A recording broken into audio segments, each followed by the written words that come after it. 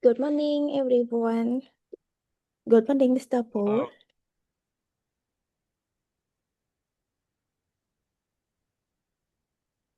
Everyone, do you hear me? Yes, I can hear you.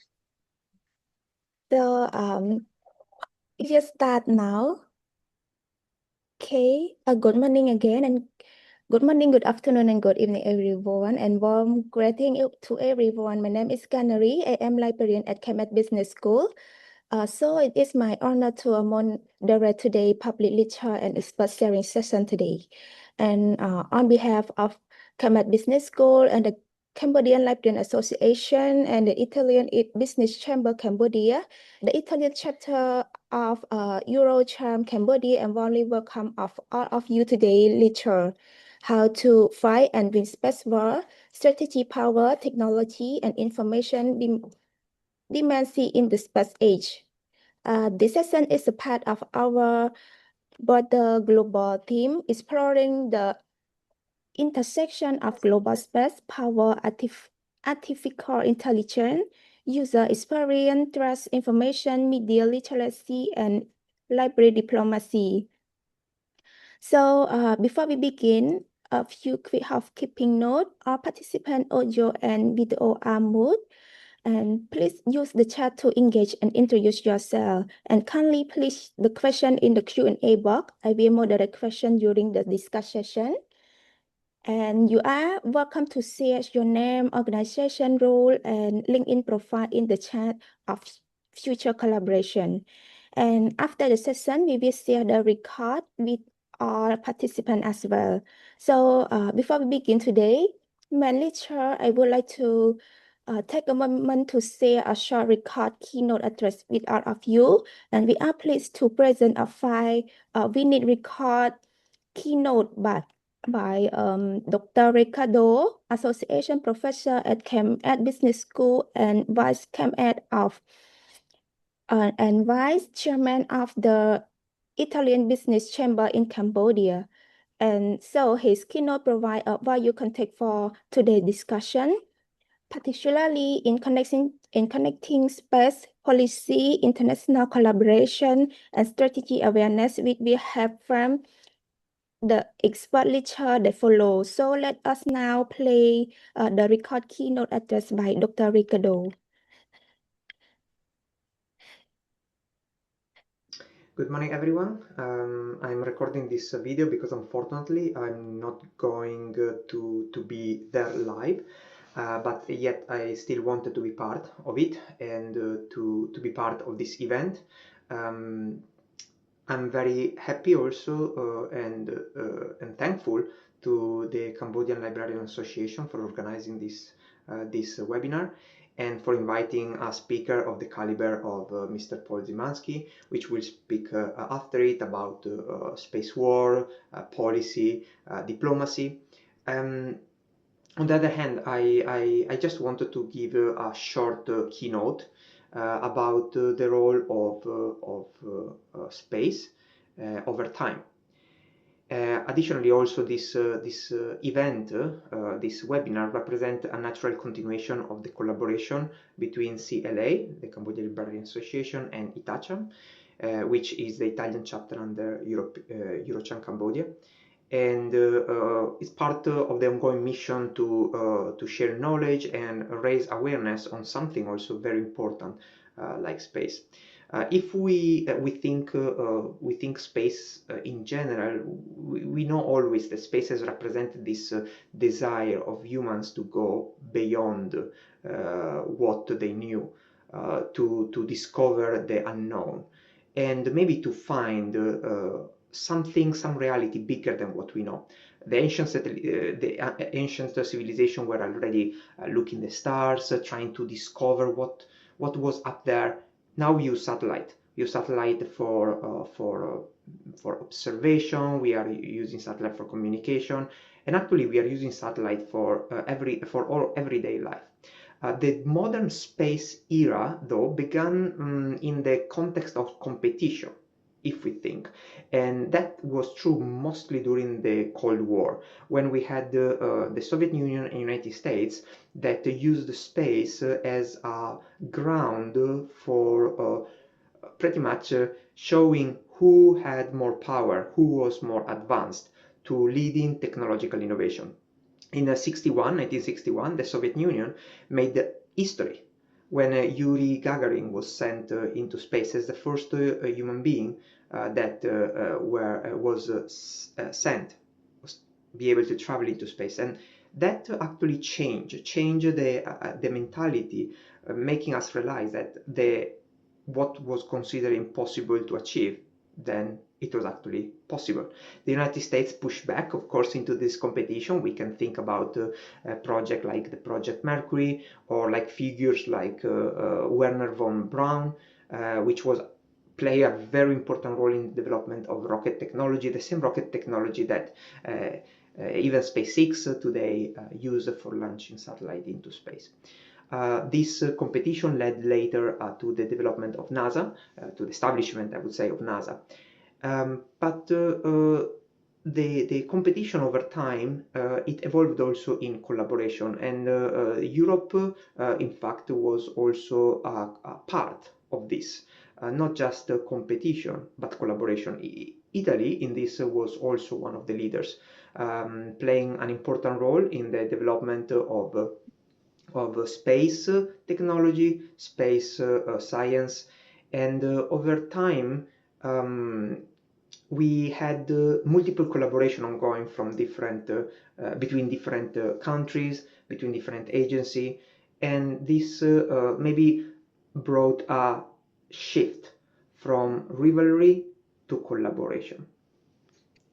Nowadays, Italy is very active in different projects. It contributes to international programs through the Italian Space Agency, through the European Space Agency (ESA), and is one of the leaders in satellite technology, Earth observation, and also in development of human spaceflight modules.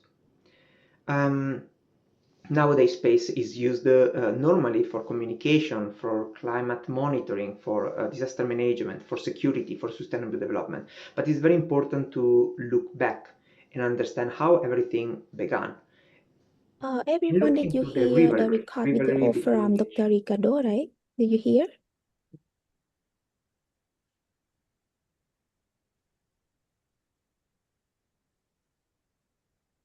Yeah.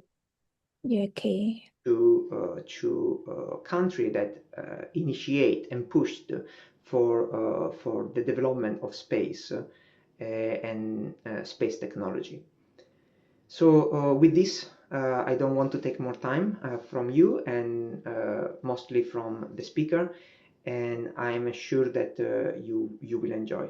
Thank you again for coming today, and thank you again for the speaker, Paul Szymanski, and also to the Cambodian Library Association and Itachan for supporting. Thank you very much.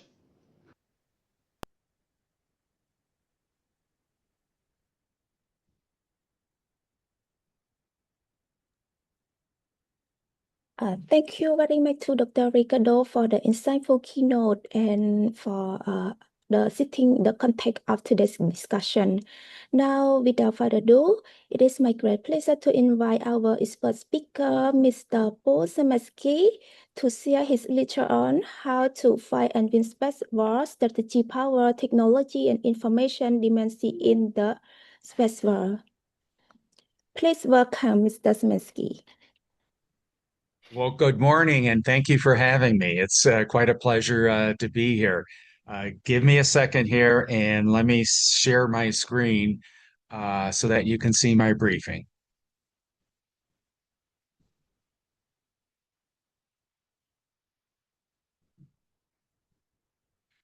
Okay, can everyone see my briefing charts, PowerPoint charts? Yes, yes. Okay, great. My name again is Paul Szymanski.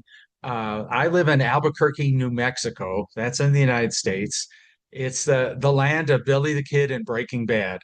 I see a 11,000 foot mountain out my window right now, and literally in my backyard. So it's kind of a desert mountainous area.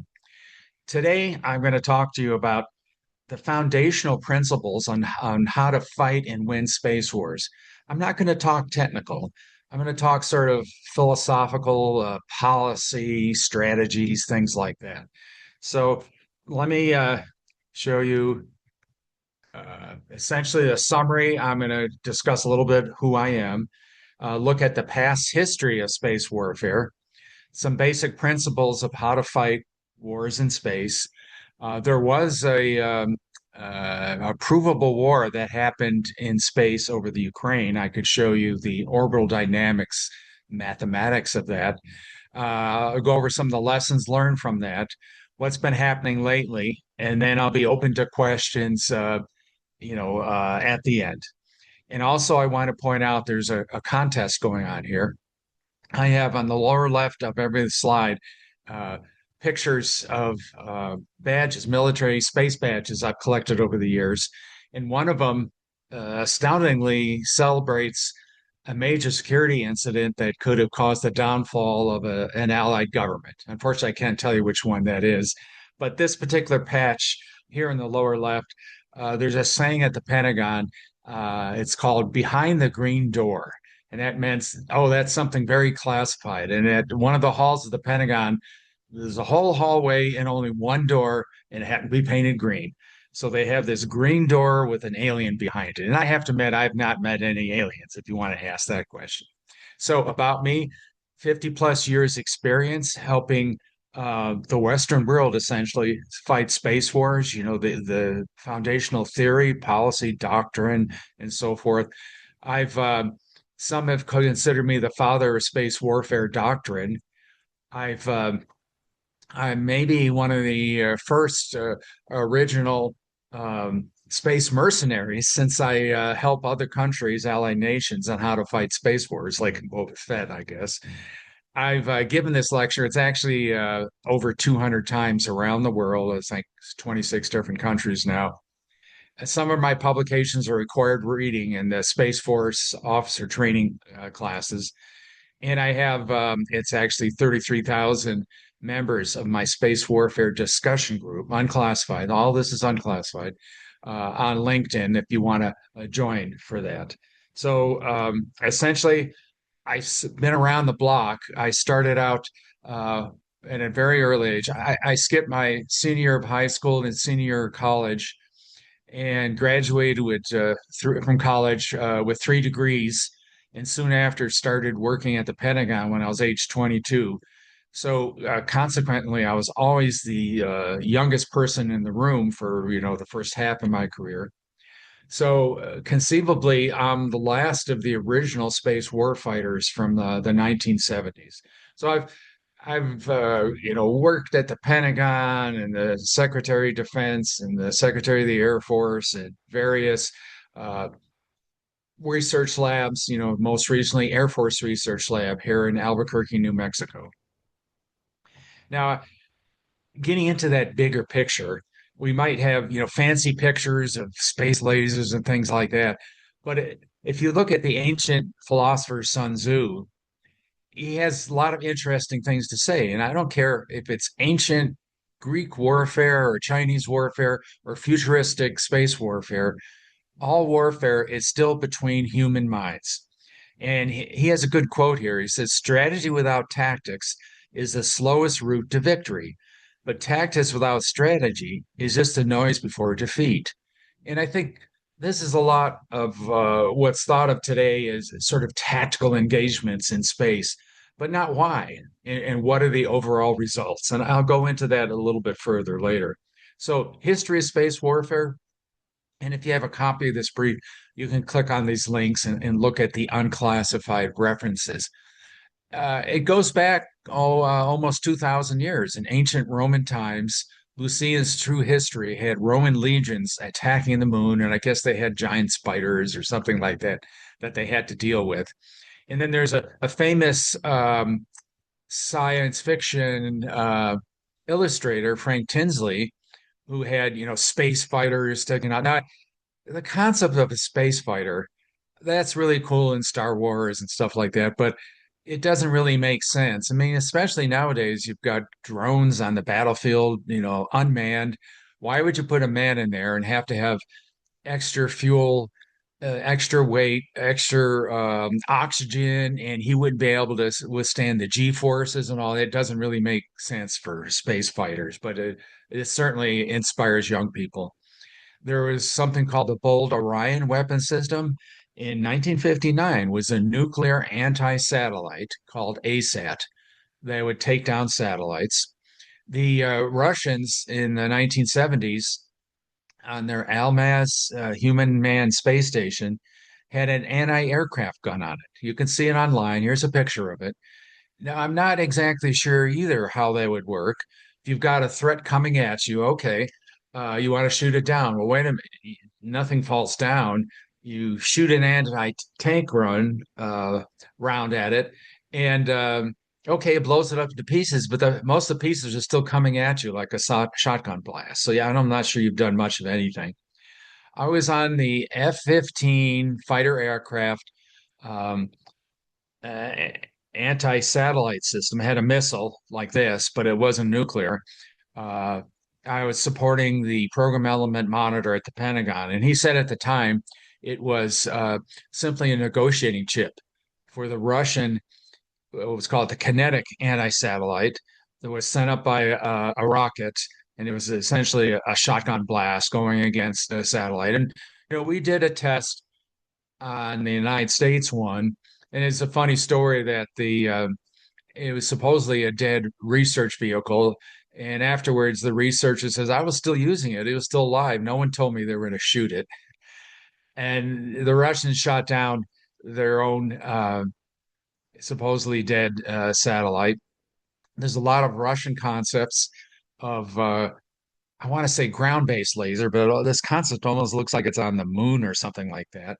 They have I even have a wooden model of this old USSR, again, the Frank Tinsley fighter concept, shooting missiles at satellites. And then we have a saying in the United States, there's more than one way to skin a cat. And you don't have to attack a satellite, you can attack the ground terminals. If you can seal off the Earth so the adversary can't use their, billions of dollars of satellites, you've sort of done space control, space weapons application. So in Desert Storm, we took out the heavy Earth terminals that the Iraqis were using so they couldn't uh, download data. Now, I have another funny story. A good friend of mine, now deceased, was General Schwarzkopf's head of intel staff at during Desert Storm in the 1990s, and he said that Schwarzkopf put the French special forces on the leftmost of the left hook of that sneak attack so they'd be most vulnerable so that they would turn off their spot imagery satellites so the Iraqis couldn't see that we were doing this sneak attack, the joint forces. So that's space warfare in a sense. I don't know, that's economic, diplomatic, but coercion in some sense. Now, there's actually been 11 space wars or incidents since the 1960s. When I started out in the 1970s, I was in Washington, D.C., working with the Pentagon. And in Laurel, Maryland, there's a Federal Communication System ground terminal that monitors satellite interference. And when I visited them in the 70s, they said in the 1960s, there was jamming signals coming off the east coast of the United States, and it took out the rather unimaginatively named ComSat, communication satellite, commercial satellite. It wasn't usable for a few days. Now, with a lot of these things, I can't tell you why these things happen. Probably based on something that happened previously, and maybe the U.S. did something else. That's kind of the problem and the beauty of space. Governments like to keep things hidden so they can show resolve and will against each other without getting the general populace all upset. So I'm not sure why this was happening, but it was assumed it was a Russian trawler off the East Coast that was jamming this ComSat satellite. Another thing In 1978, NASA, National Aeronautics and Space Administration in the United States, launched what's called CSAT, and it was there to measure the wave height of the ocean, somehow meteorologic kind of calculations. And a few years after that, we hired a former NASA employee, and he told me what really happened. He said, when NASA first turned on the satellite to measure sea height, they said, oh my gosh, they could detect nuclear submarines at operating depth. Even though they're way deep below, it sort of wiggled the waves a certain way and essentially showed an arrow pointed to where the nuclear submarine was. And so it negated 1/3 of the US nuclear triad. So they faked its death. But decades later, when I'm working here in Albuquerque, they have what they call deformable mirrors, and they can kind of image satellites and they deform the mirror to counteract the aberrations in the atmosphere. And every time they looked at CSAT, it was all bent out of shape, like it had been attacked. And again, I can't prove anything. This is just sort of sifting the evidence. Another one was in the mid 1980s.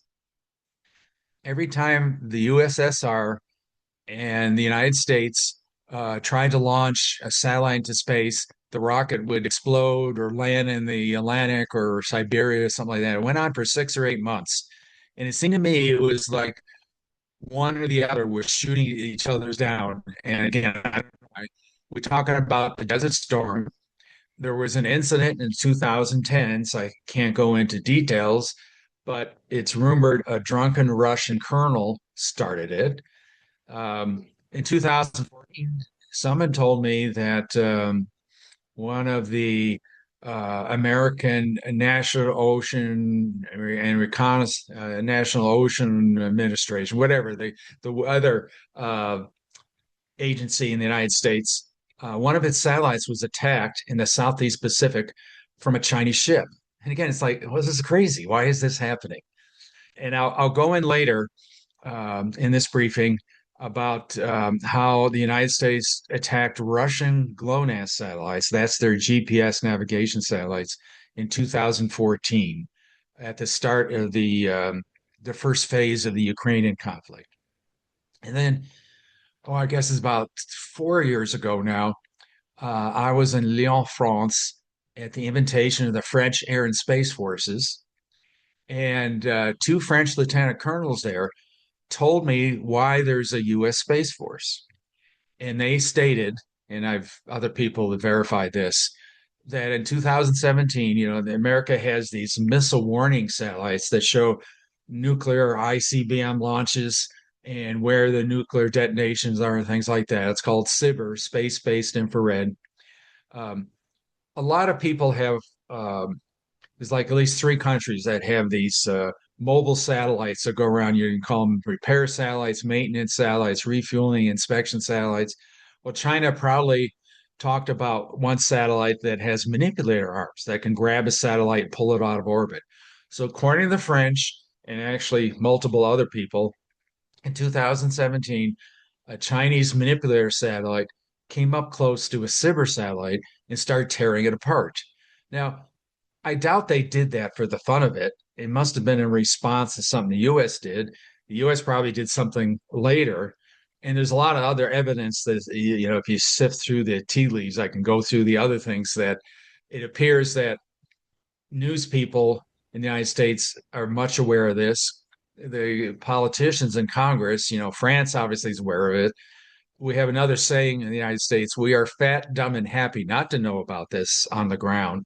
So there's these lot of things that are happening in space that, we don't really understand. And, in some sense, that's good because maybe it's a way to let off steam between countries without starting to blow up cities in Ukraine or something like that. But I want to emphasize that all warfare, whether it's terrestrial warfare or futuristic space warfare, is still between human minds. And space mostly generates information, weather information, imagery information, signals intelligence, navigational information, transmits that information through commercial or military communication satellites. So you're really talking about if it's a space war, it's an information war. And you're not exactly attacking the satellite. You're attacking the mission of the satellite. So if you might say, "Oh, I'm going to do a sneak attack around the side. I don't want the adversary to image what we're doing. I'm going to deny his ability to image the battlefield with a satellite." Well, okay, but at the same time, you better take out the drones doing the same thing. So you're really attacking that mission, and ultimately, you're not even attacking the mission. You're attacking the adversary commander's mind that is using that information. And since you're dealing with a human mind, it's very hard to calculate what's the value of having this space weapon. Oh, I just took out this, imagery satellite, communication satellite. Well, did that help win the war? Did it make the war go end earlier, fewer casualties? I mean, you can't really exactly figure out what's happening. So uh, I already mentioned that. And then there's another bigger thing that I think most people don't understand, and even the ancient Greeks understood this, is that you're not fighting the war, you're fighting the peace. You're fighting the geopolitical realignments that happen afterwards. And in space, this is, even more political. And unfortunately, people are used to fighting on the ground and killing people and stuff like that. But in space, some reason it's kind of sensitive, even though I could be Machiavellian and claim that it's better to destroy some, electronic equipment in space than to blow up Ukrainian cities, morally wise.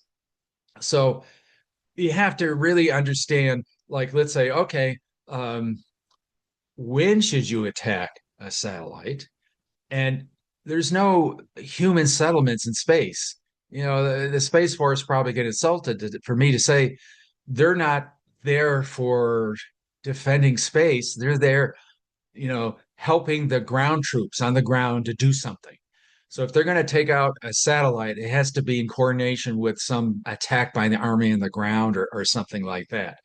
And you just can't do things on your own and expect all of this to make sense.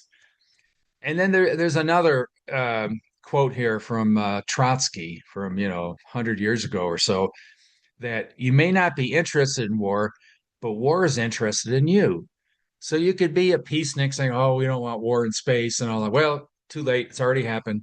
You can sit there and say it's not going to happen. It's not going to happen, and suddenly it bites you. It just happens. And what are you going to do about it? Were you able to defend your satellites? Were you able to understand it was going to happen? Can you able to deter by having your own space weapons? I mean, you can't be a child about these things because they're already happening and they will continue to happen. Now, there's a lot of different, you know, ways to attack space systems. You can go against the satellite itself, and these are using military standard icons that I developed for space. You can go against the ground terminals. If you can seal off the adversary from all his space systems, then you've kind of done your job. Or you can go against the links. So there's three main ways. There's longer term ways. For example, getting into the supply chain and putting in some sort of black cyber code in chips that later on end up on a satellite that you end up controlling it ultimately.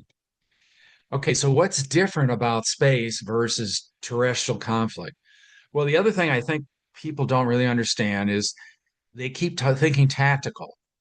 Oh, we're going to attack this one satellite and stuff like that. But they're not thinking of, well, there's 100 different weapons coming against 50 different satellites, 2-on-1.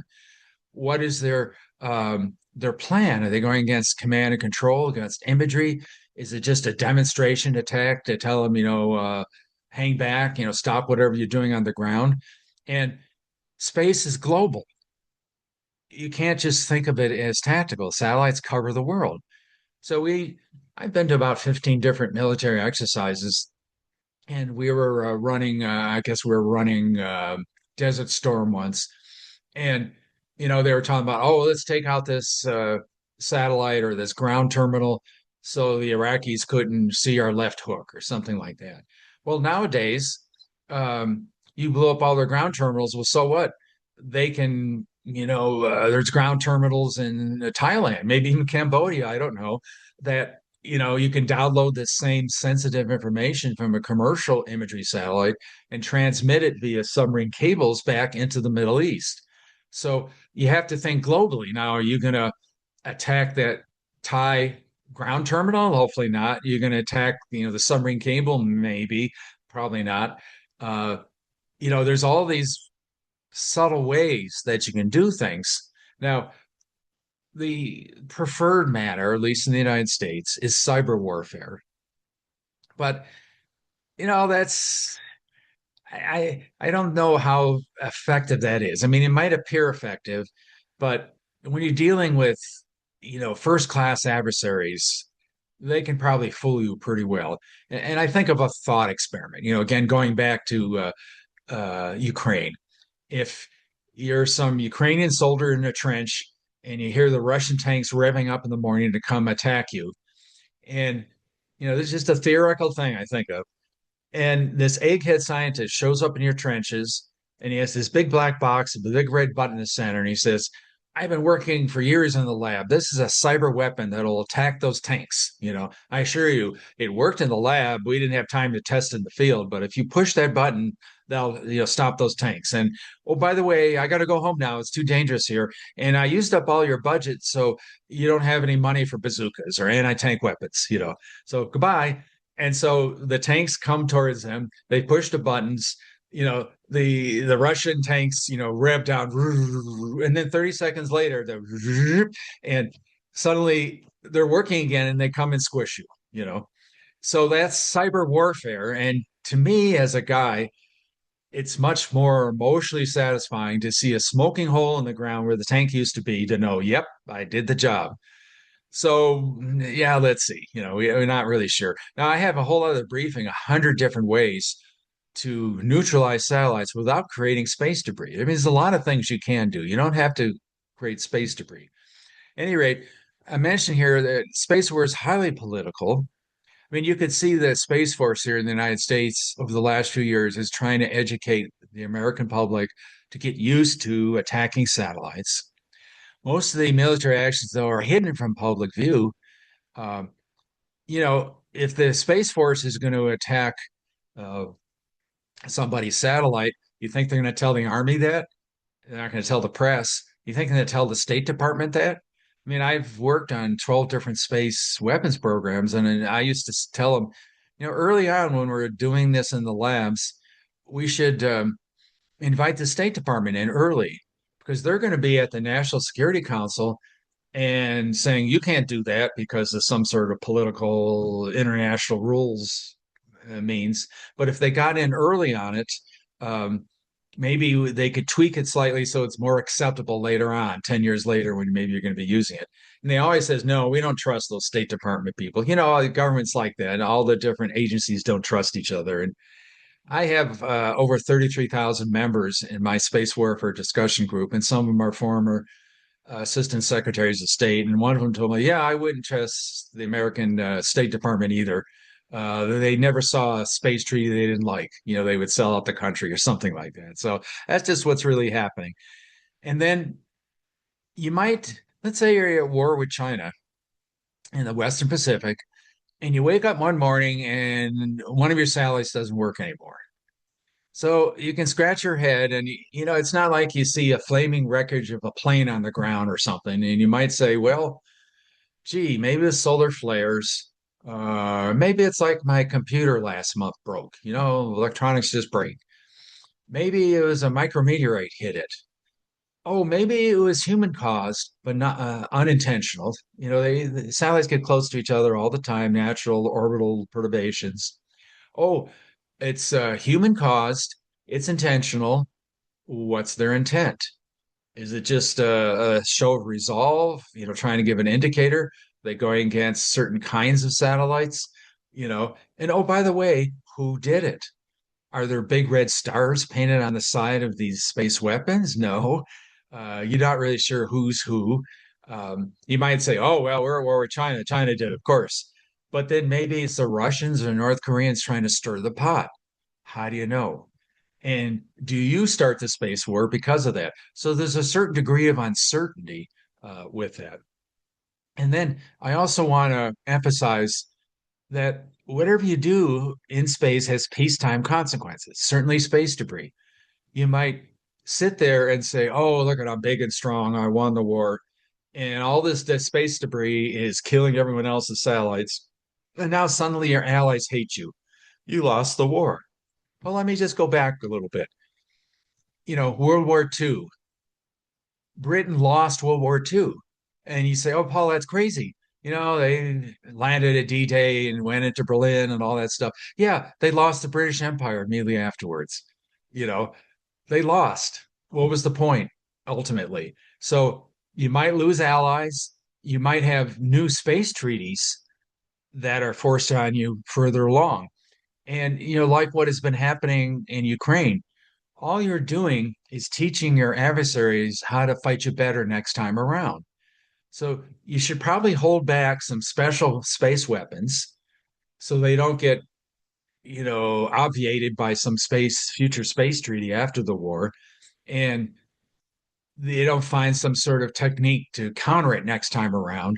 And maybe you're shaping perceptions in the world and in your adversaries of what you're capable of doing and not showing all your cards. Maybe you got to think that bigger picture. And then the other thing is you might sit there and say, oh, we've got these NATO allies and we're at war in the Western Pacific. And they're going to come help us with their satellites. Well, it takes days and weeks to maneuver a satellite to optimize it for instead of Europe, maybe the Western Pacific. And most space wars, real space wars with hundreds of satellites being attacked, my simulations have shown that it's over within 24 other, space weapons or satellites. By the way, they've used up maybe 80, 90% of their fuel. So that in some sense, it self-destructs, the satellite in its own way. I just want to do a check. You guys are still receiving me. I just got an internet error.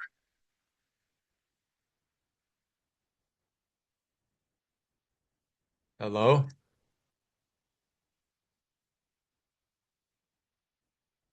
Can someone raise their hand or something? Can you still hear me?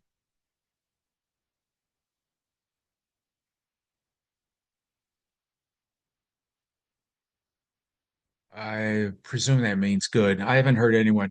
Um, Yes, so yes, the we the can other hear sort of you. rule in space, okay.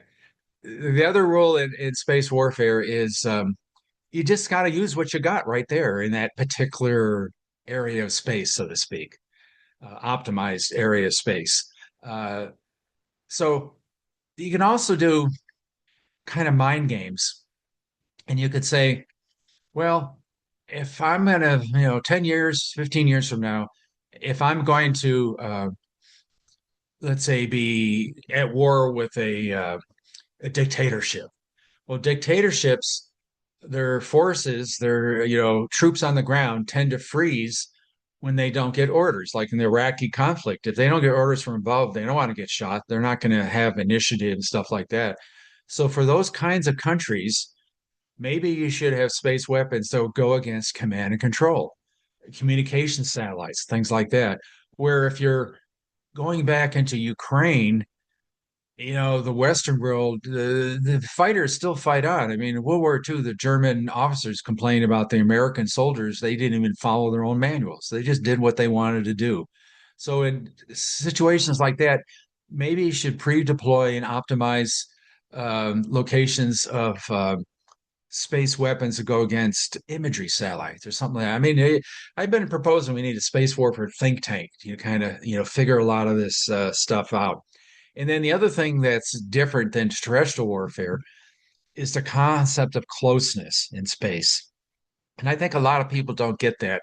They keep thinking, oh, this satellite's coming close to me and I got to maneuver out of the way or shoot back or something like that. Well, I define closeness in space the minimal amount of time and fuel it takes to match your orbit. And according to that, you can have a satellite weapon on the opposite side of the Earth but if it's in the same altitude and inclination as your targeted satellite, it doesn't take too much phasing burns to come and attack you. So I've invented new ways to look at threats in space to be able to see, well, who's really close and who's possibly threatening me. So there's many ways to do space warfare. There's diplomatic, economic, trying to do treaties and stuff like that. Um, and then there's the cyber. And again, if you had this briefing, you click on here, the jamming, spoofing, hijack the satellite. You can do things like make it the sensors point to the sun and burn them out, or maybe start randomly spinning the satellite, turn off and on the satellite systems, make it burn up as reserve fuel, make it think its batteries need charging and you overcharge it and it explodes it. I mean, human beings are so clever. You always find things like that.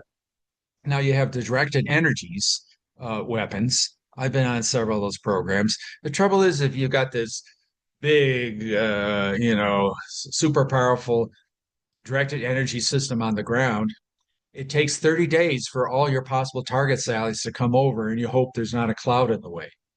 So if the war is over in 24 hours, you really haven't been that effective. And they've in the past talked about, space-based lasers and stuff like that.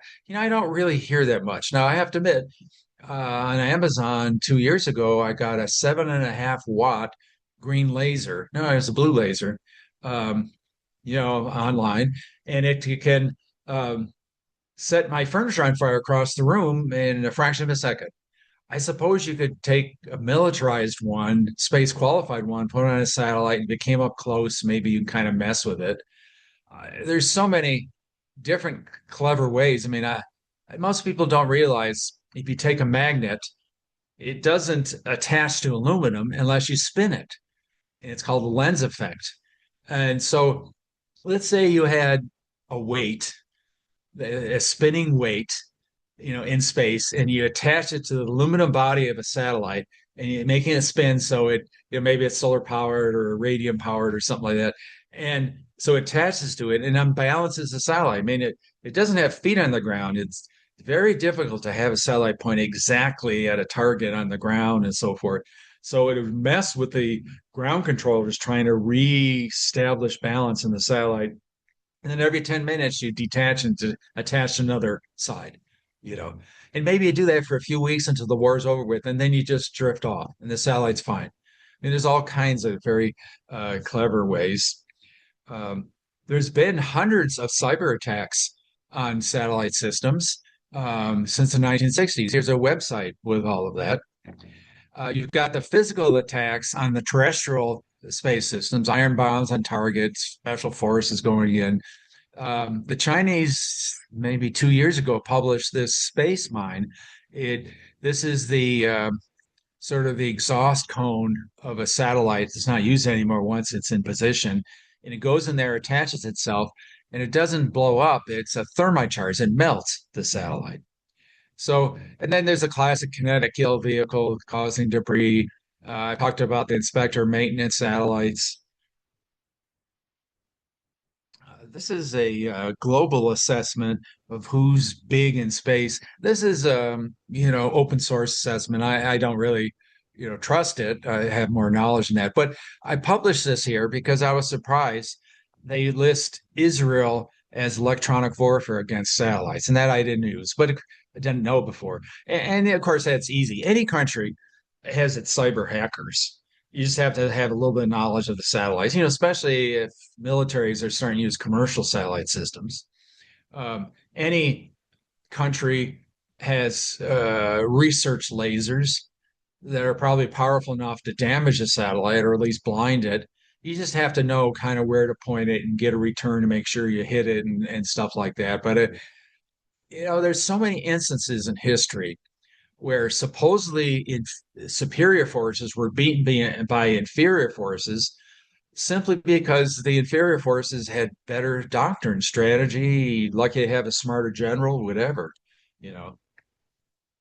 Now, my rank space power countries, and because of time constraints, I won't go through all of this. The United States always was number one. I've been in it 51 years. Doesn't mean absolute. The first step to defeat is overconfidence, but all the different kinds of ways they have to attack. And then for many years, Russia was number two. But then they sort of, things kind of went bad. The Buran space shuttle is, the building is in and the roof crashed into it. I mean, it all went to hell. Um, China started coming up, but Russia's coming back. So I don't know who's number two. That's an open question. And then there's always an open question too of, China is really good at cyber and Russia's really good at direct descent anti-satellite. Which is better? No, I don't know. We don't have enough experience to really know on that. And then the rest of the crowd, India has this mission Shakti, which is a direct descent anti-satellite missile that they shot down one of their own satellites, created a lot of debris. People got mad, but China, Russia, America have done the same. This, to my mind, this is a thing of pride. Um, you'd have to have hundreds of these to do an effective attack. Same with France. They probably told me a few years back that they have a mobile laser blinder system that they can turn up the power and uh, you know destroy or at least damage some of the imagery satellites. They have probably cyber attack. Britain's talking about that. Israel unknown, but I'm sure they've got a lot. Iran probably has a lot in response. I mean, Iran has a hypervelocity missiles. I'm sure they got from sure looked like the Chinese version. At any rate, and U.S. doesn't. So you never know. Brazil is kind of a wild card. They seem to have the most interest in my books. I published 16 books on the subject. So I'm not aware of any space weapons or anything, but I was just, surprised by that. And then Taiwan, probably something, but I don't have knowledge of it. Now the thing is there's one thing having the capability. The other thing is, do you have the political will? And if you're like in the United States, at least a few years ago, if you went and blew up somebody's satellite, there'd be all sorts of people demonstrating in the street and and all this. And I could assume that if Russia did the same thing, you'd have people in the streets cheering. And so there's different political environments that allow you to do or not do things, and it'll maybe make you self-deter in one way or the other. Okay, another funny thing. Chinese and SJ-21 is their manipulator satellite. A satellite comes up close with arms, and this was in the open press. In 2022, they had their Badao G2 is their version of the GPS satellites, their navigation satellite. And supposedly, when they launched it, I think it was like 10 years earlier or something, it died, you know. And I say supposedly because I know too much, these kind of systems. And so they said they grabbed this Badao satellite, which was in the geosynchronous orbit, and they said, "Oh, we're afraid of it, hitting somebody and stuff. We're gonna grab it and take it up to what's called graveyard orbit." And I said, and so the open press, all this sounds good, and I look at the detail and say, "Nah." First of all, they only did it when it was over the Chinese mainland, so there was no American radar or optical sensors seeing what they're doing. They towed it to many tens of degrees across the geobelt. All they had to do is increase its altitude, not tow it around. That uses up a lot of fuel to do that. And then graveyard orbit is 300 kilometers plus or minus geosynchronous. They pulled it to 3,000 kilometers, 10 times what they had to do. Were they trying to hide something? Was it 10 times, another wasted Delta V fuel? And then, rather strangely, the US probably talks about their GSAP program. That's their satellite inspector program. I've been on 5 of those programs. And they launched GSAP 5 and 6 and into orbit. And 2 days later, China is pulling the evidence out of orbit for a Badao G2. Um, so I am thinking that in reality, this was a inspector satellite that was drifting around the geobelt. They claimed it was dead. It wasn't. It had sensors, maybe space mines, who knows. And when the gig was up, they, went to try to hide the evidence. Can't prove it, but I know how these things are done. Okay, what are the prime war-winning characteristics of space warfare? Well, it's just like any sort of warfare, situational awareness, not only of the enemy, where are they, what are they capable of, but of yourself. I mean, just because you have 1,000 attack aircraft doesn't mean they're all available. A huge percent of them are on the ground under maintenance. Maybe you got all these great weapon systems in Europe and they're too far away to help you over the Western Pacific. So what's the status of your forces? What are they capable of? Have they been educated right? What is their doctrine? Do they have sloppy command and control? There's all these sort of factors that go into really trying to figure out, especially surprise is so easy in space. It happens all the time. And then the other one is pre-conflict positioning. You fight with what you got right then and there. And then again, with terrestrial warfare, tanks, ships, planes, if you got a lot of fuel, you can maneuver a lot. You can just get out of the way, hide, attack from behind, whatever. It's always good. And then command decisiveness. If a space war is over with 24 hours, you can self-detour, not understand who's attacking you, and suddenly it's over with. Now, I sort of mentioned this, and I'm going to push a little quicker here, that space provides additional rungs on a conflict escalation ladder that maybe, you get into the point where, like the United States, if it didn't have space capabilities, it significantly degrades their capability on the ground. So you might not even go to war if you go to war in space, and if you lose, why even fight on the ground? And then I've sort of mentioned that it shows a way to blow off steam. They show intent and resolve on each other. Okay, and then the other thing though is if you do a space war, would that cause a ground war, or would a ground war cause a space war? And that's why we need to have think tanks kind of figure this out and escalation control. And then the other thing is, how do you define winning a space war? That classically you could say, oh, I won this war on the ground. I conquered territory. I took over the capital, deposed the government, destroyed his war-making capability. Okay, we all understand that. So what territory are you taking over in space? Where's the capital? Where's the government? It's easy to hide war-making capabilities. So how do you define, oh, I just won that space war? One side could say, oh, I took out all your communication satellite, I won. And the other side, no, I took out all your imagery satellites, I won. What's better? Well, gee, it's, information. What's the value of information on the battlefield? We can't model a human mind. It's really difficult to know. And then I'm sort of again getting Machiavellian here of, well, maybe it's better to fight in space than killing people on the ground. There's no reason to kill anyone in the International Space Station, stuff like that. Now, trouble is, it sort of makes a hair trigger. I'm pretty convinced that whoever attacks first in space, who's on the offensive, will win, because the other side won't know what's happening until it's too late. So that's almost like a nuclear hair trigger without, nuclear war. And then this whole thing of when do you stop the war? What are the war termination criteria? How do you define that? And I've got some, if you click on this link, some of the possible war termination criteria. So how to win: situational awareness, positioning, decisive political will, the right doctrine.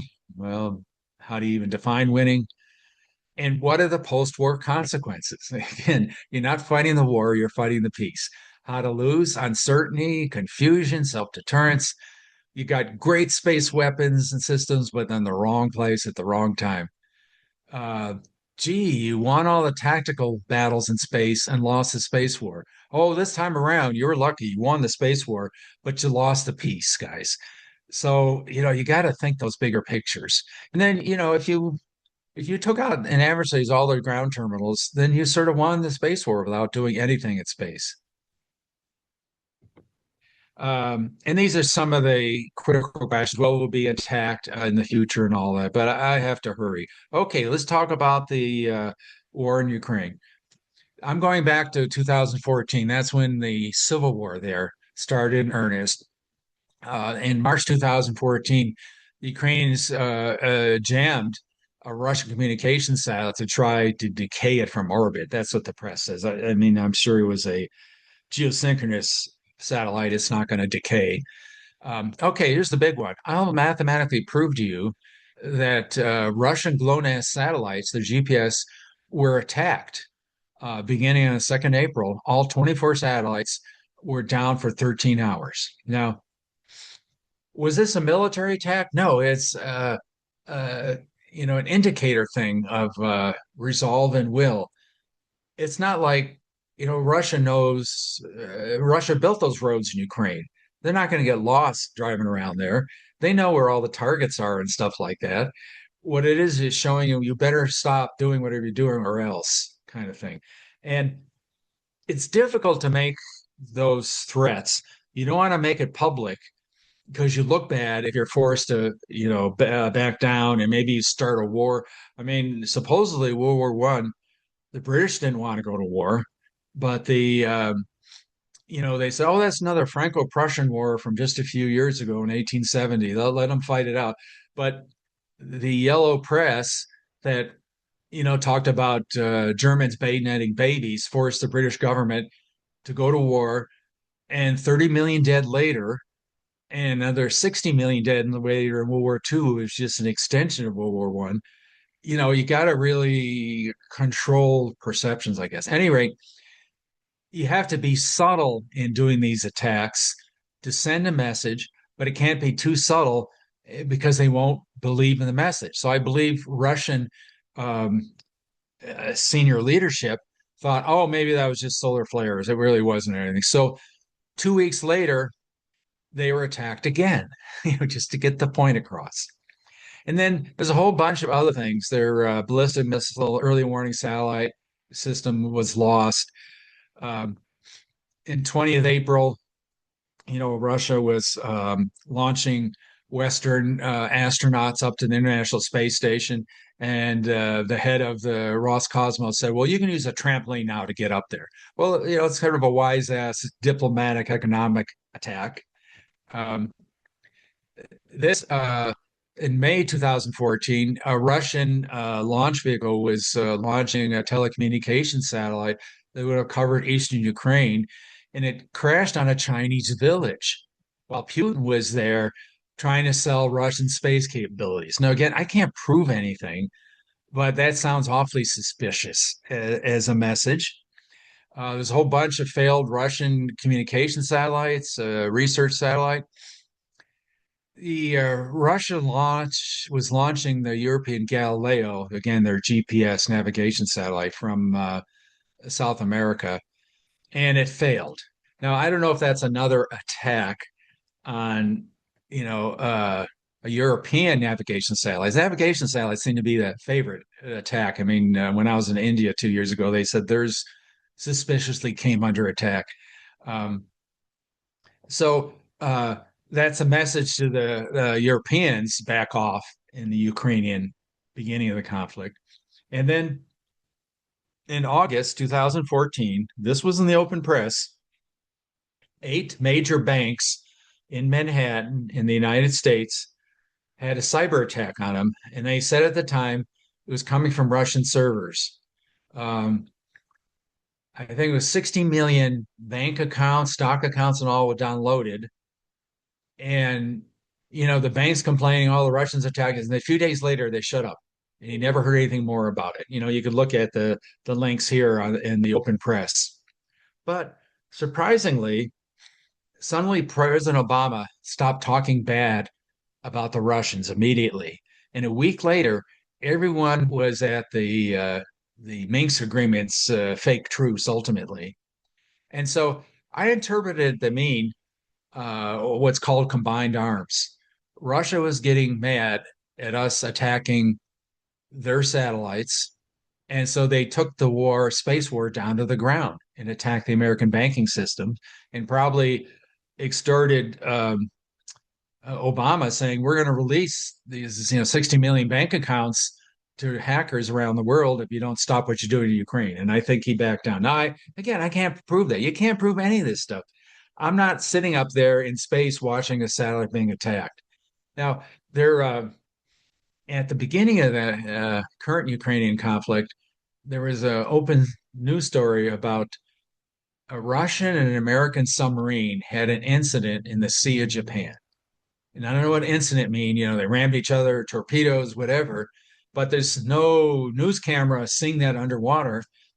And you have all this back and forth, like in the Cold War where you had Russian destroyers cutting off American destroyers, stuff like that. And that's happening in space too, with all these inspection satellites, messing with each other.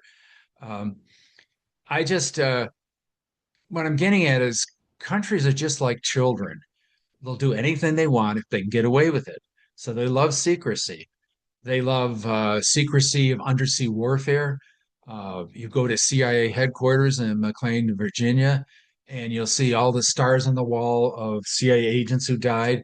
I don't think any of those started a war. And so countries love undersea warfare, secretive, spy versus spy, secretive, and space. Because let's face it, no matter what politician, what country you're talking about, their main job is not to look bad and to stay in office. So if they can get away with something that's secretive in space, that's preferable than shooting down an aircraft or bombing something or another. So let me prove it to you about the attack on the Russian GLONASS system. This is was published at the time by a Britisher. This is the English channel here in the center. This big red dot. There is a person in England using a GLONASS receiver for navigation, but it's telling him he's in the middle of the English channel, all these blue triangles. So it's totally inaccurate. They probably messed with the atomic clock or something like that. And so I hope people weren't trying to land airplanes with this thing. And then the Russians published the vertical column is all the Russian GLONASS satellites and the exact date and time that it happened. And I'm sitting here thinking, well, I'm a rocket scientist. I know the orbital elements. Let me plug them in and see where on Earth were these satellites every time they started blinking out. Well, lo and behold, this is a map of the a space. Here's the Earth. Here's the orbital tracks of all the GLONASS satellites. And every time a Russian GLONASS satellite went over Alice Springs, Australia, it would blink out. And they would blink out in numerical order. If there's several of them within view, they would blink out GLONASS 1, 2, 3, 4. So it was being checked off a list. And if you look at some of the, let's say the flat map view, here's some of these GLONASS satellites coming over, and here's the in Australia, the central Australia.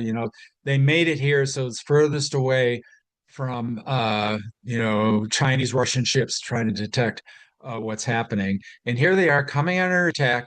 The exact date and time that the Russians published, they stopped working. And this is looking up from Alice Springs, the azimuth elevation, what sort of view they would have as those GLONASS satellites come overhead. Now, this is a Google Earth, look at Alice Springs. It's called Pine Gap. It's well known since the 1960s as, a listening site. The Australians have made 3 different movies about it. Here's a picture of them where aliens attacked it and all this stuff. So it's not any big secret that that's a facility be, doing all kinds of funny electronic things. So the US will probably talk about its counter communication system, which is an offensive satellite weapon system. And they'll tell you that. This is all unclassified. Here's pictures from their websites and all that. And I'm just theorizing, maybe that system went there to Australia. I don't know. Doesn't matter. And so conclusions, the failures of 7 Russian satellites over just 4 months, just is statistically very unusual. Can't prove any of that. I can prove the GLONASS attacks. It happened exactly 6:30 a.m. Pine Gap time. And, I've been to these sites. You come in at 6 a.m., you get your coffee, uh, you start doing simulations at 6:15, and exactly at 6:30 in the morning, you start pushing the buttons and attacking. People say, oh, well, this was, solar flares. And I don't know, solar flares are very exact in timing and they only attack satellites in numerical order, whatever. Um, let's see, I've already mentioned this. I think essentially that first space war was lost. So lessons learned, the GLONASS attacks were too obvious. These guys are idiots. Um, they these systems can be on Navy ships or embassies around the world. They could have, space war is global. You might be talking about Ukraine, but you can attack the satellite anywhere down its orbital track around the world. So you can be on a ship in the South Atlantic and attack it. Could have 20 of these small um, cyber weapons around the world attacking it. And someone on the street like me can't prove that you attacked him. So they're not thinking through very well. And let's see. So I keep emphasizing you really need to understand the bigger picture and the consequences. And trying to finish off here. Now, a bunch of other funny things. There, during the latest conflict starting in 2022 in Ukraine, Viasat, I think it's more of a European than American system. Um, Obviously, Russia attacked it with what's called acid rain cyber attack, and took out some of this, physically damaged some of the modems, and there was like I think 5,000 windmills across Europe that didn't work anymore because they were controlled by it. There's been extensive GPS jamming. You see pictures of that in here. Okay, more theorizing, let's say. Elon Musk, he's said, oh, I'm going to help the poor people in Ukraine, and I'm going to give I forget 40,000 Starlink terminals to help them communicate. And I've heard 4 or 5 military officers saying that's really effective. Like I say, it's between human minds, all war, and so to be able to communicate anywhere on Earth is very good. But suddenly the Russians started complaining about him using it. And I think him and Putin had a personal phone call. And so he says, well, I'm going to shut down that capability. And of course, he knew all along how they're using these. No, these guys aren't dummies.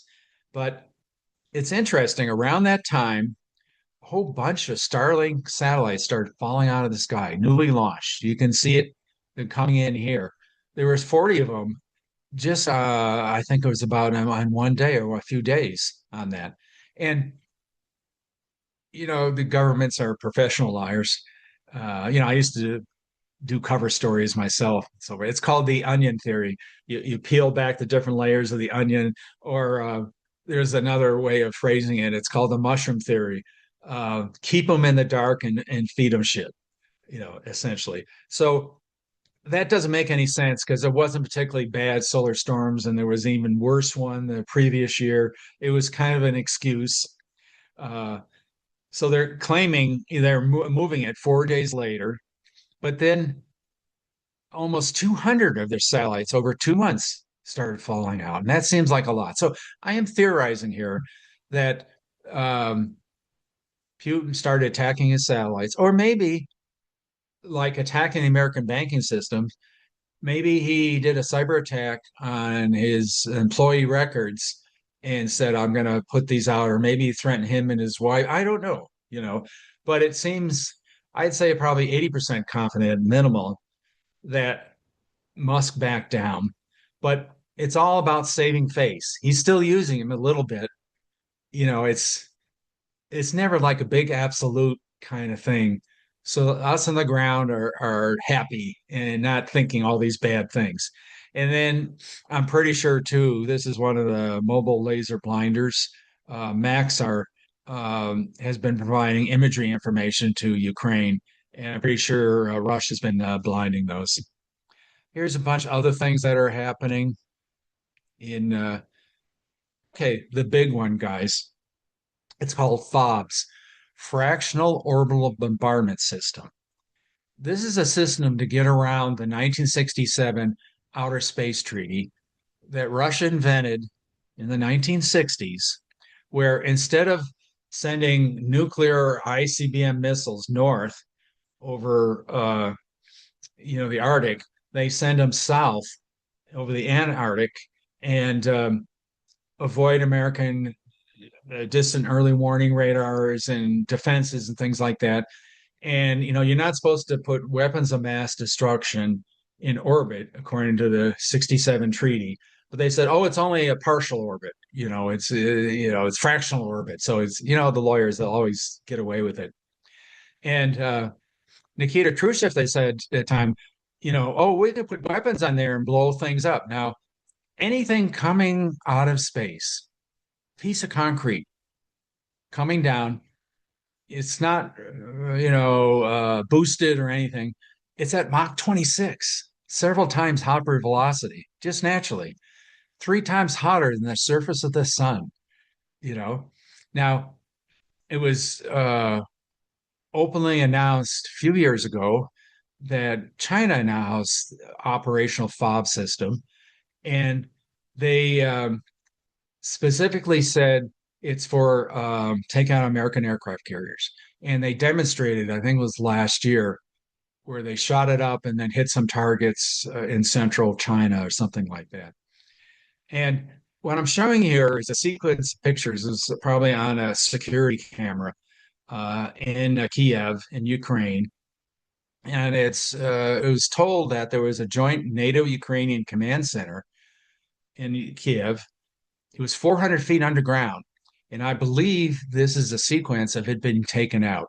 Now, if you've got hypervelocity missile, 2 pounds of lead is equivalent to 2 pounds of TNT. So there's no explosions. And here it's coming down. It's not a meteor, it's coming straight down. And you see it's so fast, it's still the same second on the time base. There's a flash where it's making a minor adjustment in this targeting, and then it's jettisoning its heat shields. See coming off here, and then suddenly the whole sky of the city lights up like it's daylight because it's converting mass into energy directly. Now, I hypothesize that some country around the world can put these in space. Let's just theorize 2 tons of concrete. And one night, they drop all this concrete on every single American aircraft carrier. Mach 26, 3 times hotter than the surface of the sun. The carrier is moving at how many knots? This is 1,000 times faster. It's a sitting duck. 100-foot hole in the hull. The hot 3 times hotter surface of the sun, hits the cold ocean and explodes, and the carrier sink. All the American aircraft carriers are gone. Now, I'm just saying this because we need to be able to prevent this in space. I'm not advocating, of course, but America is a sea power. It is not a land power. Good luck marching 1 million soldiers across the Atlantic to defend Europe or something like that. And suddenly, we go back 500 years that only land power matters, not sea power. Whoever did this attack suddenly controls all the sea lanes because in space controls the whole world. You control the whole. Britain can control the English Channel and the Mediterranean and some parts around China a little bit. No one's ever controlled the whole world at once, but it's very easy from space. And if you control all the sea traffic, you can make them pay transit fees or anti-piracy fees.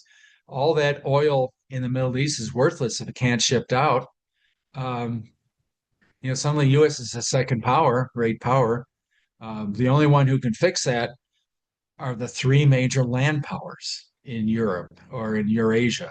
Um, that'd be Russia, India, and China, because these hypervelocity weapons are good at taking out, a target 400 feet underground. They can't take out a whole division of their pinpoint things. So you almost get back to, medieval times. I don't know on that, but it certainly would change the world order. So it's very important to really understand what's happening in space and be able to protect yourself. And just because you have treaties, people don't really follow treaties when they're about to die. In all the previous wars, they always throw out the treaties. So, at any rate, in summary, here's a bunch of other concept briefings and doctrine things on space warfare I developed. I mentioned I have this space warfare discussion group. If you want to join, there's actually more than 33,000 members now. And I'm open to questions.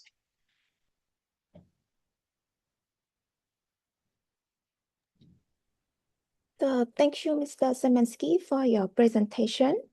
Okay, before we move to the audience question, I would like to ask you a few reflection and dialogue-oriented questions, especially relevant to our academic, library, and civilian audience. So for question number one, to understand space war, for many civilians, so space war sound like abstract or futuristic. So how would you explain it in the simple way? What space conflict look like today and why it already matter to everyday life on Earth? So I didn't quite hear it all, but you're asking me what a space conflict would look like in everyday life. Yes, yes. Okay. Well, you really get down to it, you don't see it. Um, I mean, again, you could call it cruel or something, but it's better to have a war in space than on the ground. You're not blowing up cities. I mean, there's been a lot of people who say, "Oh, let's have treaties. You can't have weapons in Antarctica." Well, gee, perfect place to have a war. It's all covered with snow afterwards. I don't know. So in space, again, you don't have to create space debris. You're not going to see flashes. What's going to happen is suddenly you don't get your MTV anymore, you know, or internet, I guess. I remember some satellite failed a few years ago, and people couldn't use their ATM cards to pay for gasoline at some gas stations. Now, as far as political realignment, as far as its ability to end wars on the ground, certainly wars on the ground very much affect somebody more than anything else on earth. And if you have an adversary who's using space to a significant degree, and you can, not only maybe not stop the war, but make it end sooner, then it's actually your moral obligation to do something like that. And then, you really think about it, um, if in Ukraine, if the Starlink satellites were really that effective, and like anything else, knowledge in the battlefield and the imagery of the battlefield was really that effective for the Ukrainian side, then why didn't Russia immediately destroy all of those? And so Russia's holding back on that. But I'm sure that would have saved a lot of Russian, if not Ukrainian lives. And the war would have ended earlier if, from what I hear, those systems were so effective on the battlefield. And controlling drones and all this stuff. I mean, even when we were at war in Afghanistan and Iraq, um, those drones were controlled from Creech Air Force Base outside of Las Vegas, Nevada, in the United States. They're controlled by satellites, Intelsat, International Telecommunication Satellite. And so I always wondered, well, if you've got a ground control station in France controlling Intelsat, and you just use Intelsat as part of the kill chain to blow up a village or whatever, does that make that French Intelsat control station a legal target? On that. So sure, space helps us. I've never heard anyone talk about taking out weather satellites, but you certainly need to know whether if you're going to do attack, you need to know I'm attacking in 5 days. Is the ground going to be too wet and mushy for my tanks to go over? You know, um, certainly getting your news. I mean, just think of how interconnected the world is that it wouldn't be. Um, though I have to admit, I think it's 96% of world communication traffic goes over uh, submarine cables. Though I did a study years ago, there's only two places in the Pacific that you can use 19th century technology, cutting cables to cut those areas, and you take down the whole network in the Pacific of submarine cables. So, but yeah, I guess in some first order, you wouldn't even notice. I mean, okay, these 24 Russian GLONASS satellites were attacked, weren't blown up. Some sort of cyber attack that made them ineffective for a week, or maybe it was 24 hours. Um, so people, I don't think there's like madmen out there, like in the James Bond movies or something like that, oh, I'm going to destroy the world. Oh, well, why would you want to do that? Everyone is kind of circumspect. They're not that stupid.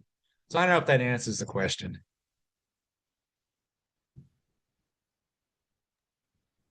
Thank you, Mr. Szymanski. So, the next question is what are the most critical vulnerability in space system and that could disrupt global information access, communication, and trust data? Um, there's been some talk about Russia putting up a nuclear weapon in space. And I think that's just propaganda.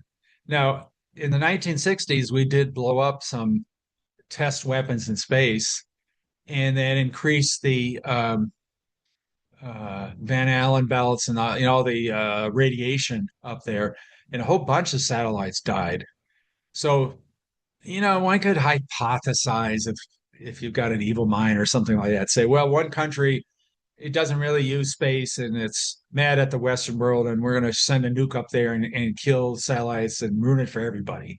You know, I don't know about that, but certainly nuclear explosions in space would be a problem.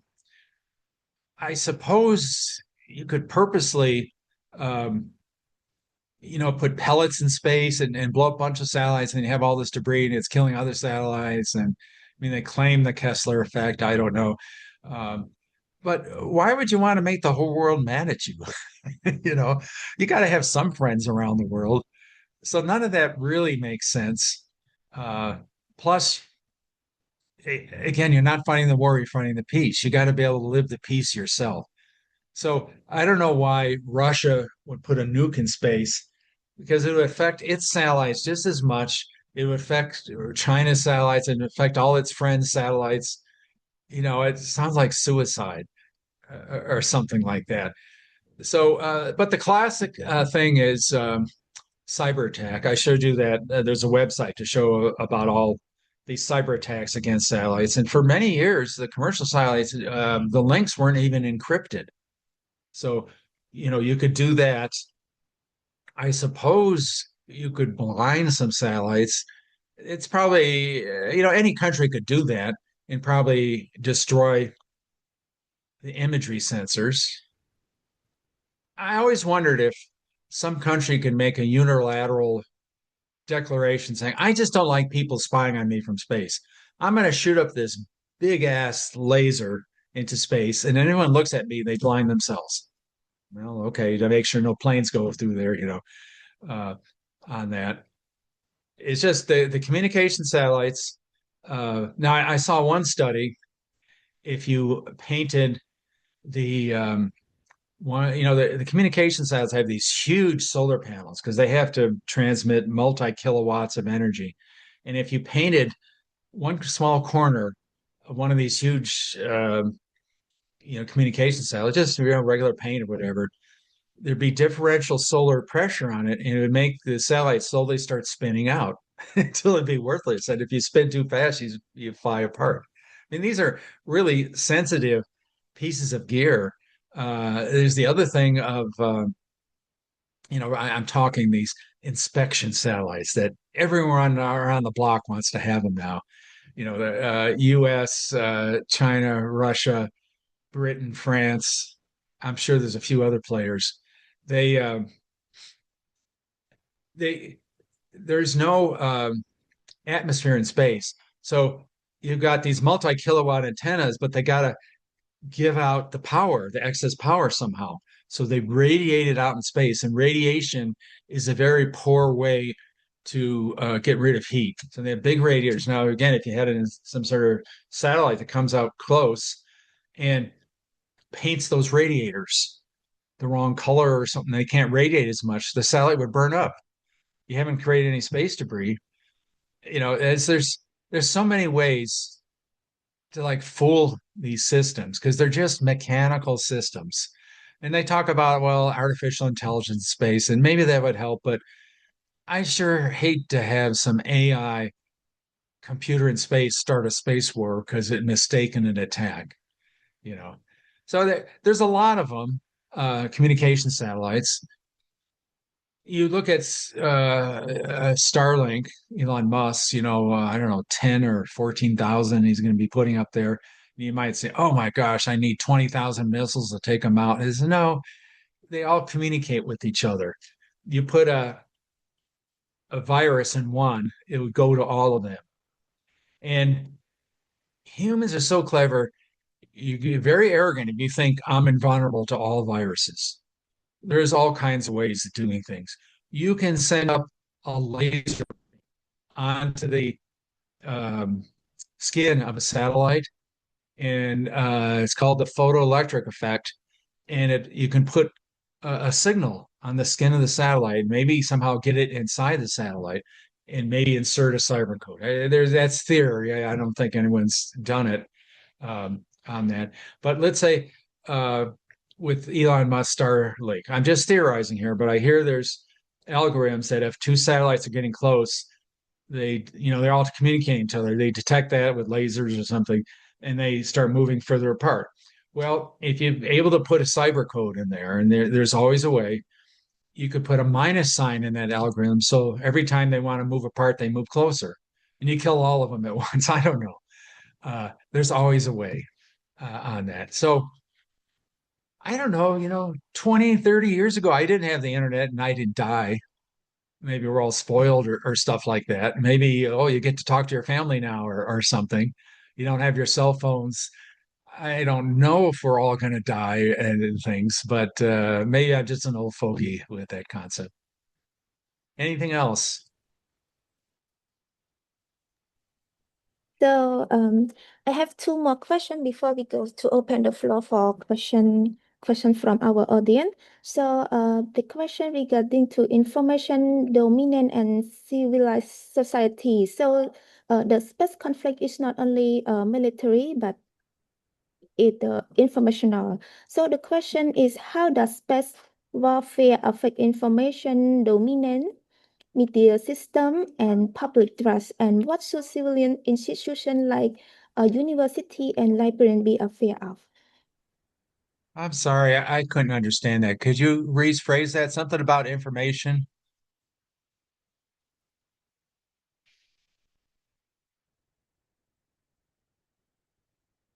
So I will ask again. So the question is, how does the space warfare affect information dominant, the media Okay, the system, first and warfare of yes, information? yes. Uh, Yeah, I mean information warfare. Is that what you're trying to say? So, how does space warfare affect information dominant, media system, and public trust? And what should civilian institutions like university and library be aware of?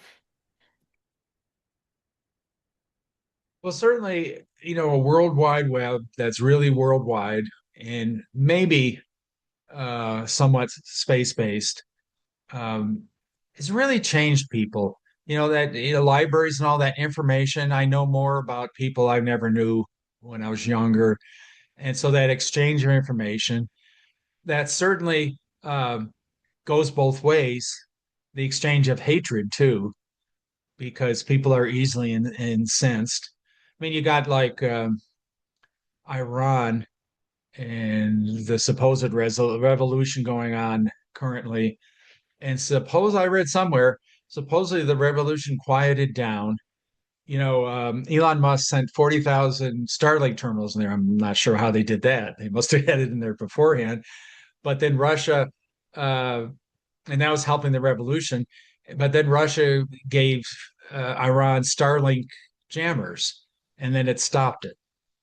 So certainly the free flow of information is good and bad, whatever way your perception.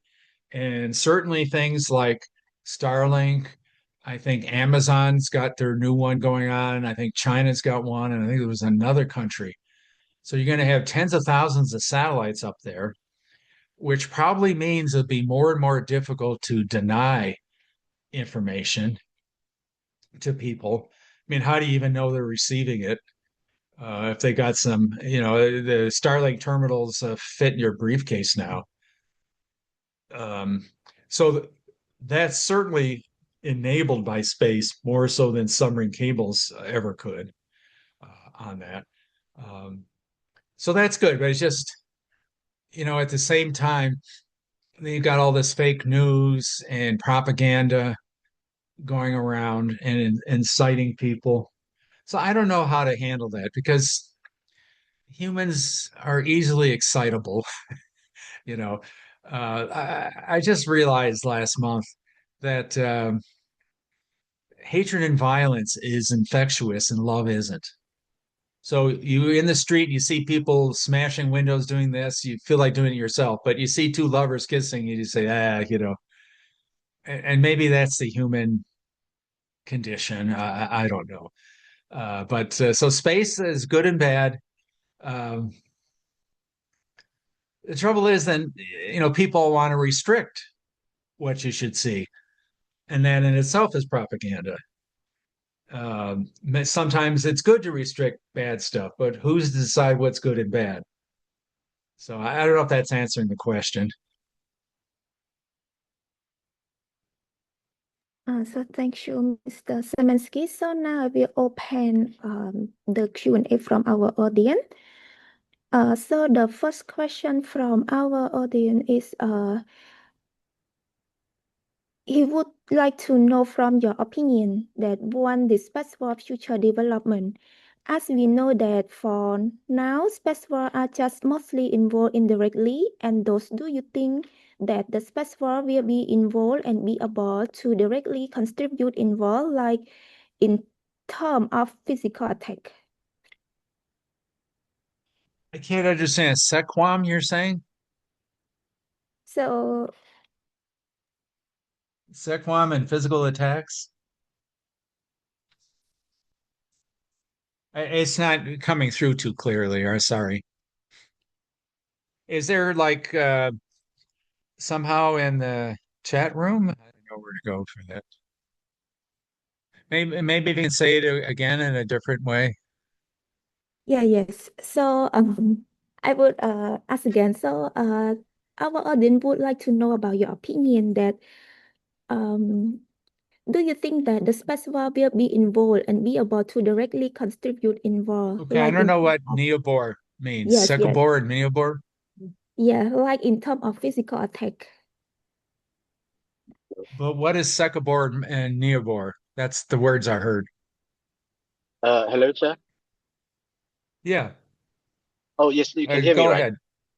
Yes. Yes. So due to I'm not good at writing, so my question is a bit unclear. And my question is just that please, I will apologize to about the background. So I would like to know about your opinion about this space war future development.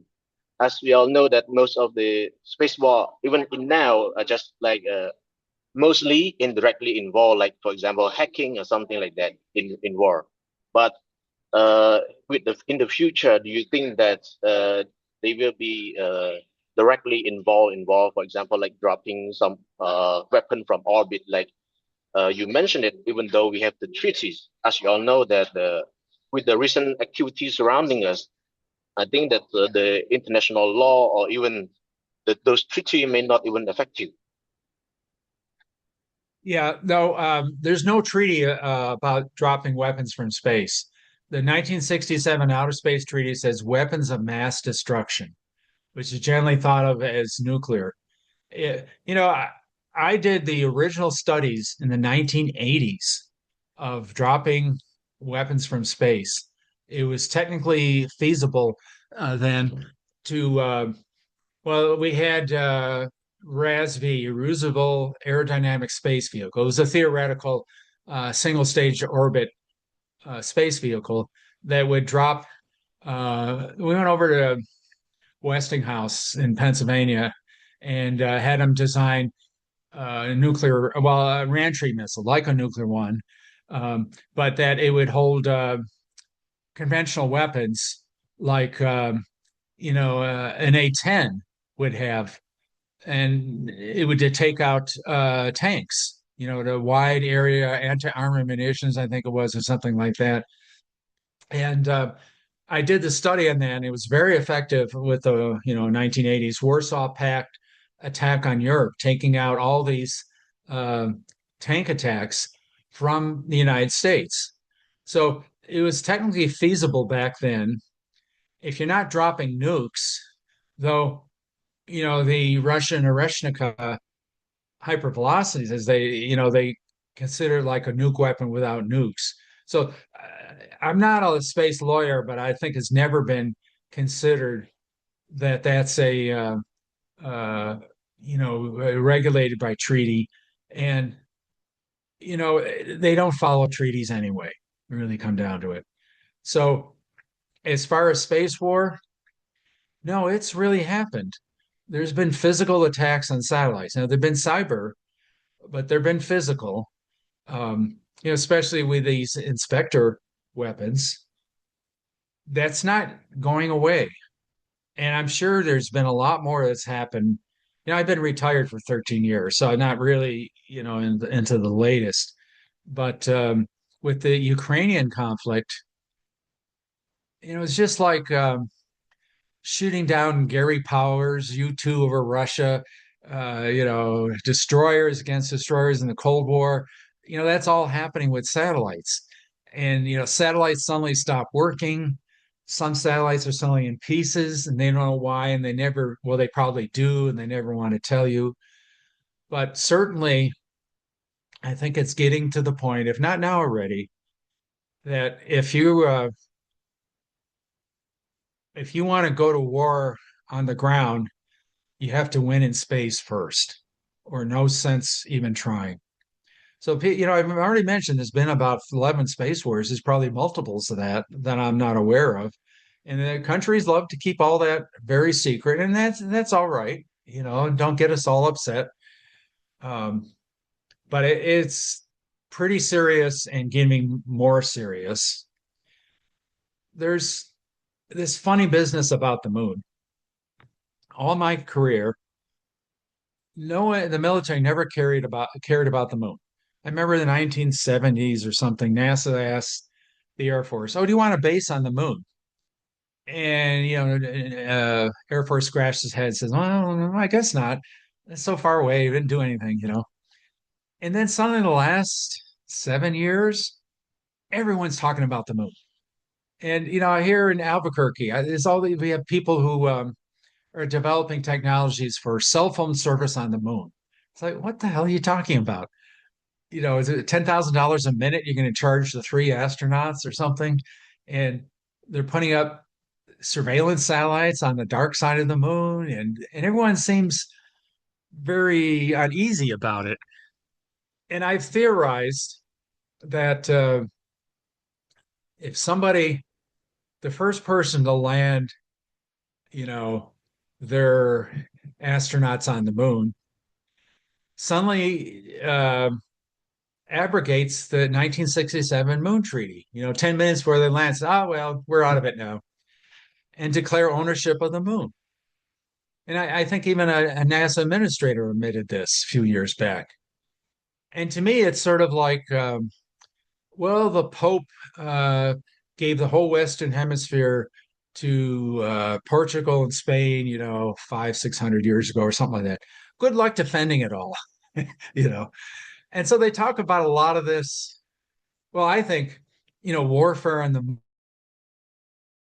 We have the International Space Station, and we have all kinds of cosmonauts up there, and American astronauts and whoever, and nobody's fighting up there.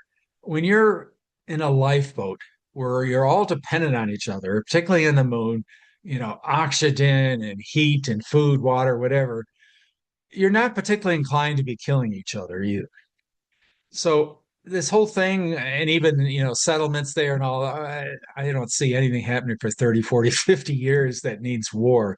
Now, the other thing, though, is Lagrange points that I've theorized, where it's equal, what do you call it, gravitational potential between the Earth and Moon. And so satellites just sit there, and there's mostly research satellites and all. But all you have to do is give it a little kick, and you're going down the gravity well, and it comes screaming down in multiple hypervelocity things to attack anything in geosynchronous.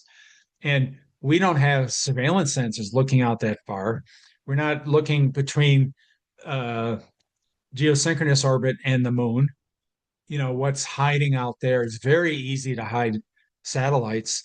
I saw one study called Smart Attitude, where if you think of a satellite as a box and the solar speculars bounce off it into the earth and it looks bright, well, just change the attitude of the box and all the solar reflections go out into space. You're already at 18th magnitude without painting the satellite particularly black or something, or the shape on there. And then we do have this whole indeterminate orbits around the moon. I just found out recently, I didn't realize that the moon is very bumpy gravitational wise. Some rocks are denser than others. So you can't figure out orbits. They're all squirrely. That's one that I always recommend to kids starting in space in school. So I'm getting some of that software orbits and start playing around and see if you could figure out all some crazy orbits that would cover the moon and be able to get away from, I don't know, military is significant. I even thought, some country ought to put together a military space game, a realistic one, not the aliens and stuff like that, and give it to their Air Force Academy students and have them play it. And whoever wins every week, you give them $100 prize. And those kids would go wild, and they would design all the doctrine, strategies, and tactics you'll ever need while you're training them to think a certain way when they get older, because no one's really thinking the space war right. That's why it's the better thinkers that's going to win the space war, not the sort of linear, the Air Force was never really good at space when I worked with them for 40 years. And 96% of the Space Force is Air Force. So they really need to step up their game and understand better the bigger picture on that. So space war, yes. Sorry, you can't get away with it. You can't be an ostrich with their head in the ground. Like, what was the Russian guy I quoted? You might not, like war, but war is going to bite you sooner or later, whether you like it or not. So it's good to. I've theorized another thing. There's amateur astronomers around the world pool their money and buy these automated optical telescopes. There's like $20,000, $30,000. They put them on a mountain somewhere, and they, every night they go out on their computer with the internet and do whatever. Well, any country on Earth can buy 10, 20 of these. Put them on embassies and the rooftop of embassies around the world where there's good weather or something like that, and have a space control network so they know where everything, what's happening. And it seems to me that would be really good political capital to know that, let's say, United States and China are at war in space and no one else knows it.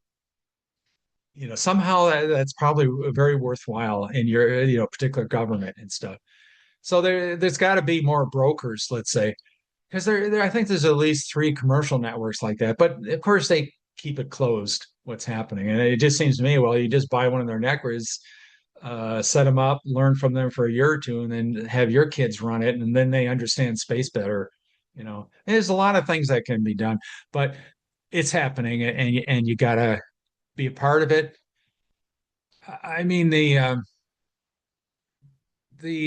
Space Force is trying to involve Europe and allies and all, but I know for my heart it's BS because they're not going to tell them everything. They're never going to tell them everything. Um, it's like, I guess, MI6 and CIA. You think they tell each other the secrets. So, the US does not publish National Reconnaissance Office orbital elements. And I remember the US in its space catalog was publishing, um, is it Cerise, the French spy satellites? And the France got all upset and said, we'll start publishing yours, because then people know how to target you. And I've been inside the Cheyenne Mountain Complex, NORAD, several times. And you go to the Space Surveillance Center and they have a little yellow sticky say, don't track this satellite. And, the US does the UN catalog. Yeah, they don't have everything in there. It's just the way governments are, the way humans are. It's what I like to call emotionally enhanced truth. It's sort of the truth, but not really. It's always something, if it's the individual or country, it's always the truth that's been enhanced to make them look good. I don't know. Does that answer your question? Yes, thank you so much, sir. Thank you, yes, sir. Okay, so now Okay. I have read one question from our audience before we end. So the question is warfare part of the main cause of how a war starts? Is warfare the cost of what? Warfare part of the main cause of how a war starts? Well, that's an open question. That if someone blew up my satellite, am I going to blow up your aircraft or your ship? And I think not. I think space warfare is almost considered in the same light as cyber warfare. A few years ago, Israel, probably the United States, used cyber attack on the Iranian centrifuges and destroyed them somehow, maybe made them spin too much or something. Um, but no one went to war over that. And so it's just sort of considered all right. Like satellites overflight of countries has been considered all right, even though it's threatening. Um, I suppose going around killing each other's spies don't cause wars. Um, so, in some sense, it's separate. Of course, there's no colonies in space. The main purpose of the Space Force is to, help the terrestrial conflict. So it's got to be synced up and has to have joint planning with whatever they're doing on the ground. So they're certainly aware of that. But I've been in many military exercises, and at least in the old days, if we went in and we asked the Army, can you, in a theoretical exercise, can you go do special forces and take out this ground terminal? They say, why? What good does it do? We don't know anything about space. We're busy doing other stuff. So there's really not that much communication or even understanding of again, timing. Oh, you're going to take out that imagery satellite. Well, you got to take it out 24 hours before you do the attack. And the trouble with space too is, how do you know you did it? It's not like this big flaming hole in space. Oh, I attacked it. Yeah, okay, and it's acting like it was attacked, but maybe it's faking it out. You don't really know.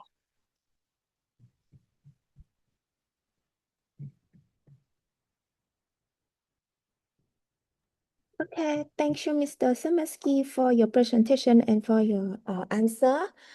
As we come to the conclusion for today's session, I would like to express appreciation to Mr. Paul Szymanski for sharing his expert and decade of experience. So today's lecture has shown us that space is not a distant frontier. It is deeply connected to global security, information system, trust data, and everyday civilian life. So I would like also to thank our co-organizer, Came at Business School, Cambodian Library Association, and ITACHAM, the Italian chapter of Eurocham Cambodia, for their collaboration and support in making this session possible. So, and also thank you to all participants for your engagement. So the recording of the session will be shared with you via email on behalf of the organizing team. Thank you for joining us and look forward to welcome you again in the future. And thank you everyone. Have a wonderful day. Thank you for giving me the time. Yeah, thank you.